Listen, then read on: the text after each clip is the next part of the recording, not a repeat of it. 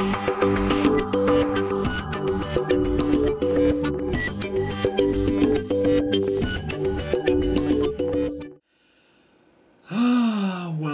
back, everybody. First off, before I get into the F's, I'm going to mention a couple that I forgot. It happens. It happened with the DVDs, and now it's happening with the Blu-rays. Alright. I just missed them as I was going across all the Blu-rays that I have. It's part of the reason I'm doing this is because everything's so disorganized. So, yes. In the A section, we have The Adventures of Ichabod and Mr. Toad, which I recently picked up from Go Hastings for less than $10 before Halloween. I believe it was sometime during October that I got this for like $8 or $9 too. I was really happy about that because it's Disney Blu-ray. You can't really get a Disney Blu-ray for that price, you know? Fucking awesome price. So yeah, that would be, to my recollection, to my knowledge, the last A in my A collection that I completely forgot about. And then one we just recently passed over, the D's. So this is the Day the Earth Stood Still, and it has the original movie here, 1951 release, in addition to the whatever release here, the shittier movie, the Keanu Reeves version, that my friend Garbage Gamer insists is actually pretty good, but whatever. I got it because it had the original version and because it was like $3 or something like that, and I know it was like $4, but yeah, $4 for the original Day the Earth Stood Still, even though it didn't have any of the special features. I was like, yeah, I'll do it. Why not? So yeah, so that's my D and my A that I forgot. Let's move on to the other movies. I don't know where to put this. Put it over here. Alright. Put it on the board. Next up, first off, we have for the F's, Ferris Bueller's Day Off. I mentioned that I had this when I was talking about the DVD version that I have that has the John Hughes commentary. Which is the only John Hughes commentary on any movie that he's ever done, so pretty valuable. This one, of course, does not have the John Hughes commentary, but it is Ferris Bueller's Day Off in high def, which is just great. It's awesome. Who doesn't love this movie? It's a great one to check out every now and then. Love it. Next up, we have, if I can keep all my Blu-rays from falling over here. Next up we have Fight Club. I got this one for $4 or $5 on a Black Friday sale, if I remember correctly. I think it was $4. And yeah, it's the 10th anniversary edition. Very nice, very nice. Look inside. It's got a lot of cool special features, but it is just the bare bones release. Still, nice to have this one in your collection as well. It's a fun one to check out every now and then. So there's Fight Club. Next up is the only Final Destination that I really care for, and that is the first Final Destination. And I really liked what they did with this. I saw this on theaters, and I liked how they established the, I mean, I know it's just a teen horror movie, essentially, but I liked how they did the horror elements and the thriller elements of it, and the whole aspect of the John Denver song thing. At the same time as that's kind of funny, it's also a very interesting concept that they pretty much did away with in the subsequent sequels, which really pissed me off because that was like my favorite part about this movie. And they totally easily could have kept that going on with the sequels, but didn't because they're assholes. No offense, I'm just looking at the guy who directed the first two and I'm saying, why? Why did you do it? And don't say money, because I know that's the freaking answer. But yeah, I like this movie. I had a thing for Devon Sawa when I was younger. Not a gay thing. Not that it's a bad thing to be gay, but I'm just clarifying. I liked his movies. I liked Idle Hands. I liked Final Destination. I even sort of like Slackers to a certain degree. But yeah, moving on. Finding Nemo. We have Finding Nemo on Blu-ray. I got this from a friend for a really good deal. He was trying to move for a job, essentially. He didn't have the money for the move, so he was selling some of his Blu-rays off so he can get some money for that. And he gave me a pretty damn good deal on this. It is the 3-disc edition, I believe. And it is very, very nice. It comes with the DVD, the Blu-ray, and digital copy. So, yeah. And it looks great on Blu-ray. If you have not seen the Blu-ray for this, you owe it to yourself to get it. You owe it to yourself to check it out. It's worth whatever price you pay for it. I don't even remember how much I paid for this, but I know he gave me a good deal on it. And for that, I thank you. Next up we have... It's going to topple, I just know it. Fistful of Dollars. I got this for $4 on Black Friday last year, along with The Good, the Bad, and the Ugly. I don't have for a few dollars more.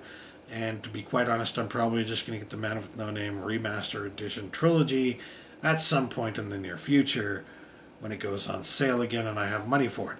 So, this is here. I have it, but, you know, not going to get much use more than likely. Even though I never freaking watched it. But it was only $4. I never watched it since I bought it. I've actually seen the movie. It's just that since I bought this particular Blu-ray, I haven't watched this particular Blu-ray. So, yeah.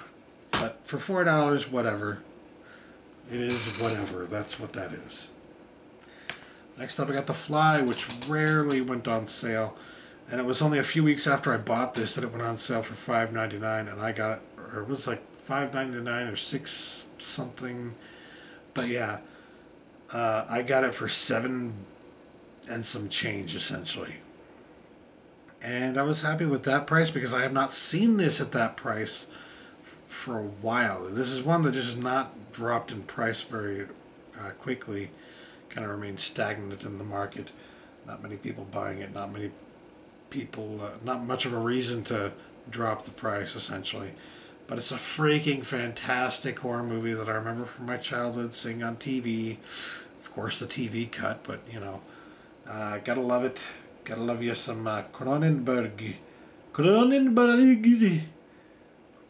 And yeah, to my knowledge, it's the only Cronenberg movie I've ever seen. Could be wrong, but yeah, The Fly. Next up is a movie that a lot of people talk shit about, but. Well, I guess maybe not talk shit about it. It's just that they don't think it's as good as they thought it was when they were younger, essentially. With time, they think it's gotten, it's proven to not be as powerful a movie. And I disagree entirely. Forrest Gump is a freaking awesome movie. And I actually had an idea to write a little bit of an article about it and talk about some of the postmodern aspects of it. To quote Cards Against Humanity, everything is postmodern. The answer is postmodern. But yeah, there's some really interesting aspects to this that a lot of people don't catch, a lot of people don't think about, but I thought it was pretty cool. I think it's pretty cool, and it's just it's become a modern classic, essentially, and it's just fantastic. I love it. I particularly love the aspect of it that I say a lot. Robert Zemeckis.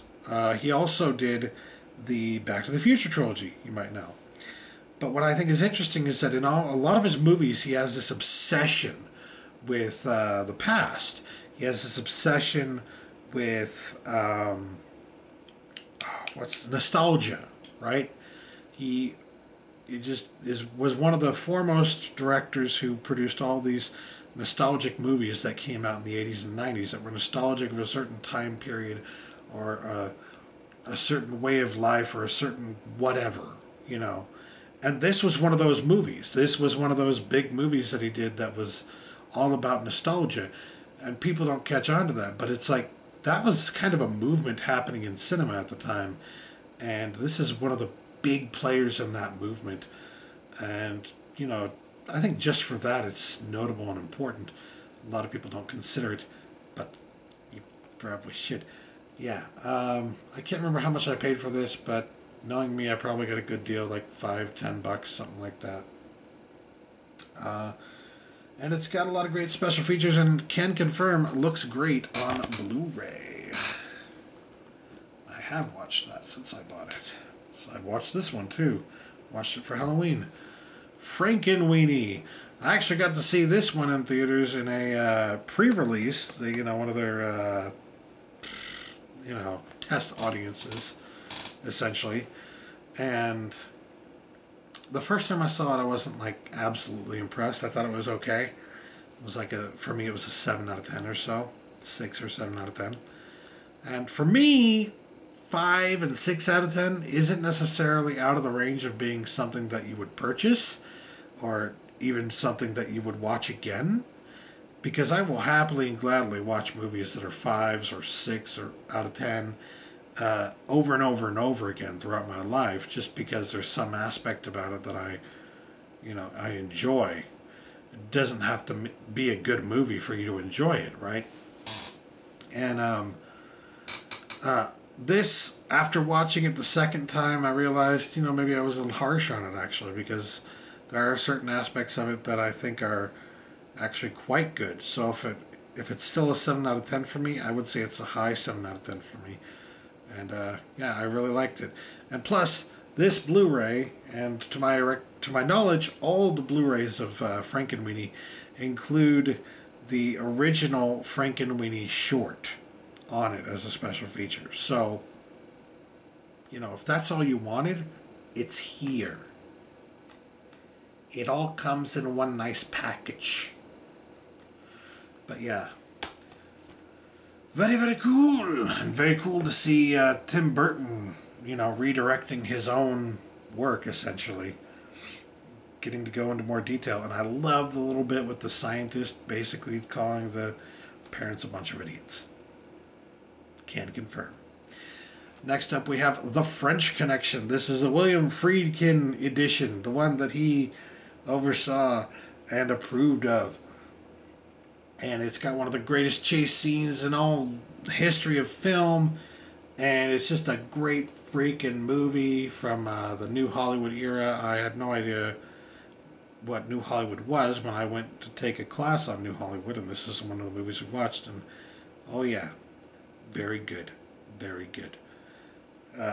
Gene Hackman at his best. Gotta love it. I don't know what else to say about it. It looks great. I was looking at some screens of the original version on Blu-ray though, and honestly, I didn't think that there was that much of a problem with it. I felt like it had this gritty feel to it, and I didn't know if that was intentional or not, if it was what the director wanted. But at the same time, I felt like, well, maybe that's just because that's the print that they got, and the print that they got had this gritty feel to it. And for that purpose, I'm just like, well, it's kind of a gritty movie. Maybe it should be that way.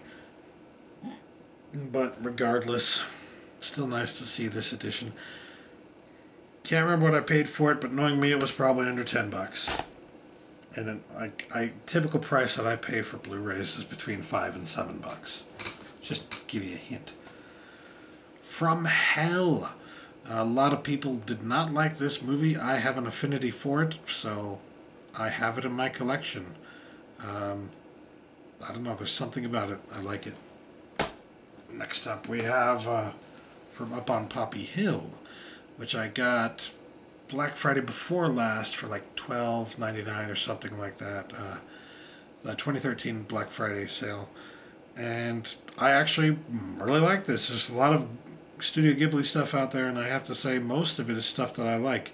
There's some stuff that I have an appreciation for, but I don't like Porco Rosso.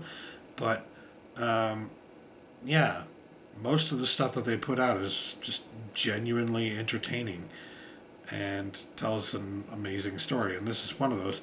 Actually, just throughout my day randomly had moments where I was, for whatever reason, reminded of scenes in this movie.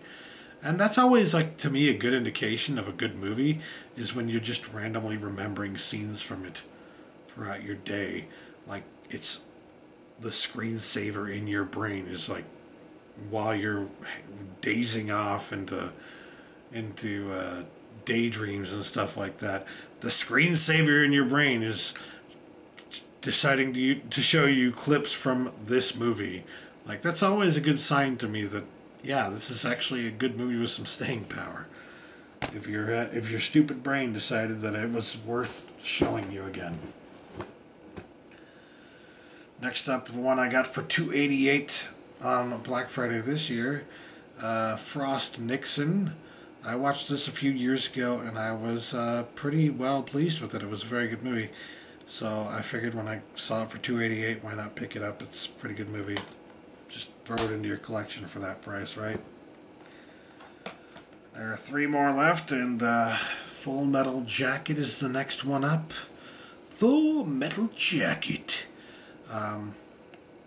This is a fantastic movie that I did not even watch when I was younger. I only watched it as an adult, and I fell in love with it, and there were so many aspects of it that just rang true and were fucking powerful as hell, and there's just something about this movie that's fucking excellent. But you can say that about a lot of Kubrick stuff, right? It's just Kubrick, right? Kubrick. I'm not insane. Okay. Next up we have the movies I got for the Blu-rays that I got for $2 last Black Friday that were $2 again this Black Friday. Bender's Game, Futurama, $2. $2. And Into the Wild Green Yonder, Futurama, $2. So yeah, that's my F section, and I can tell you just from digging around in the Blu-rays that I've been meaning to add into my, that I bought and have been meaning to add into, slot into my collection, on the shelf. This is one of the bigger ones that's seen a lot more stuff being added, because it's about twice as big as it was. So, yeah, there's that. Anyways, thanks for watching. Catch you later. We're going to go and do G next. So, thanks for watching. Catch you later. Peace.